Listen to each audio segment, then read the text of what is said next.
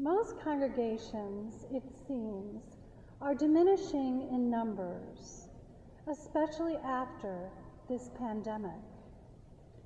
To put it another way, many parishes are perishing. Today I would like to talk about how to become a non-perishable parish. What can we do to make sure we survive well into the future?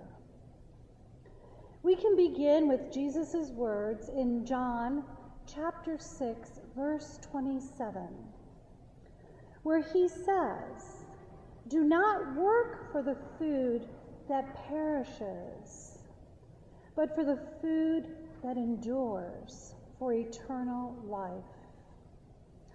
This passage is a good place to start if we want to be a non-perishable parish. Here's the background to this comment. The people are persistent at keeping tabs on Jesus.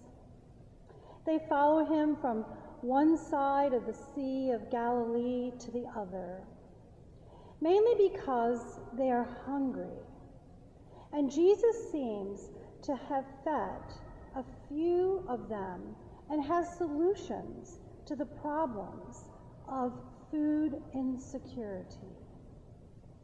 On this occasion, they find him, and Jesus gently chastises them for looking for him only because they had had their fill of the loaves, which they hope will continue. He doesn't blame them for that. After all, hunger is a very real problem. And yet, he uses the occasion to stretch their spiritual bellies, to not only be concerned for food that perishes, but for the food that endures for eternal life. Set your sights a little higher, he says.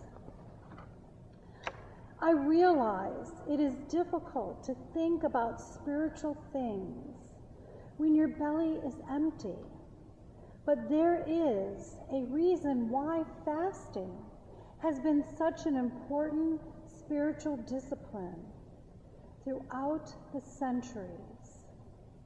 It helps us to do just that. It helps us to focus on what satisfies our souls and not just our stomachs. In this story, Jesus talks about bread, which is appropriate because bread was the most important staple in their diet. Carb-free diets were not yet a thing. He gives a nod to the manna, or bread from heaven, that God provided the Israelites in their wilderness wandering centuries earlier. But all this is to point to another kind of bread. Bread as a symbol of something more important, something to do with him. He says, "I am the bread of life. Whoever comes to me will never hunger, and whoever believes in me will never thirst." This is an important message for parishes that do not want or wish to perish. Jesus is implying that we can easily get distracted by mundane things, important as they may seem at the time. But those things are perishable or temporary. A non-perishable parish, on the other hand, is one that sets its sights a little higher. Non-perishable parishes go to Mass together. They pray and sing together. They grow together.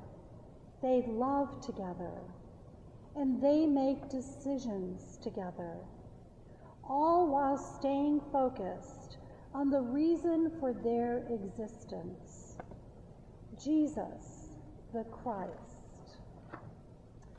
That might seem just a little too simplistic of a recipe for having a non-perishable parish, but sometimes the best dishes are those that have fewer yet stronger ingredients.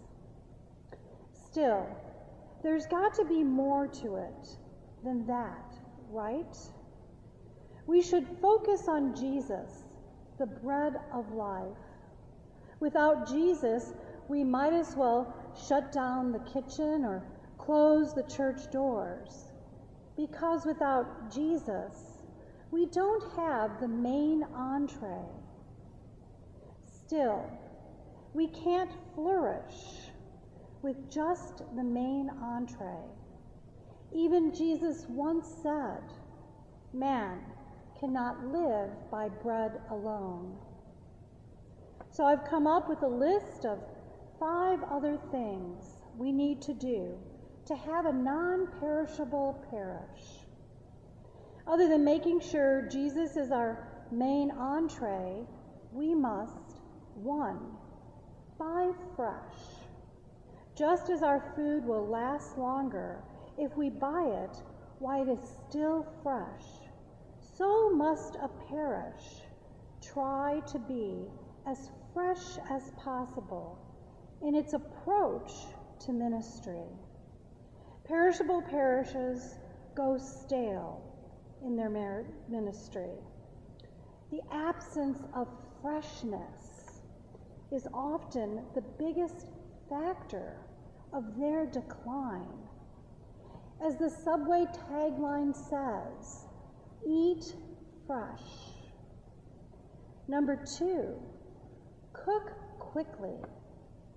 Just as our food will last longer if we cook it before it spoils, so must a parish cook their fresh ideas as soon as possible. We need to apply some heat to those things that we know which will reinvigorate our parish. If we let a good idea sit too long before we bring it to the table, the idea will soon go stale, and then no one wants to cook it, much less eat it. Number 3, remember the leftovers. Just as our leftover food will eventually go bad if we do not eat it soon enough, parishes can sometimes avoid perishing by reheating old ideas and practices.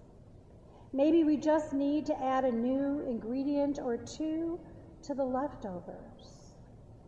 Tradition is the word we use for the church's leftovers. And like some dishes, tradition often tastes better the next time around. 4, refrigerate. Just as a perishable item from the store will spoil if we do not refrigerate or freeze it in time, parishes sometimes need to put things on ice or table things until the time is right. Sometimes a parish is not yet ready for something new, but throwing it out doesn't make much sense either. To keep from perishing, a parish needs to have a few things ready to cook at the right time. And number 5, buy small amounts of food. Just as food is more likely to perish if we buy more than what we can consume in a timely manner, so is a parish most likely to perish if it tries to do too much at one time.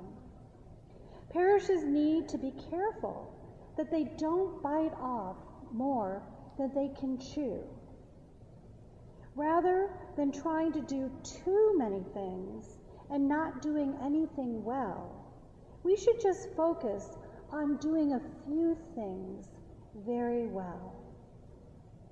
If we want to be a non-perishable parish, these are just some things that we can do.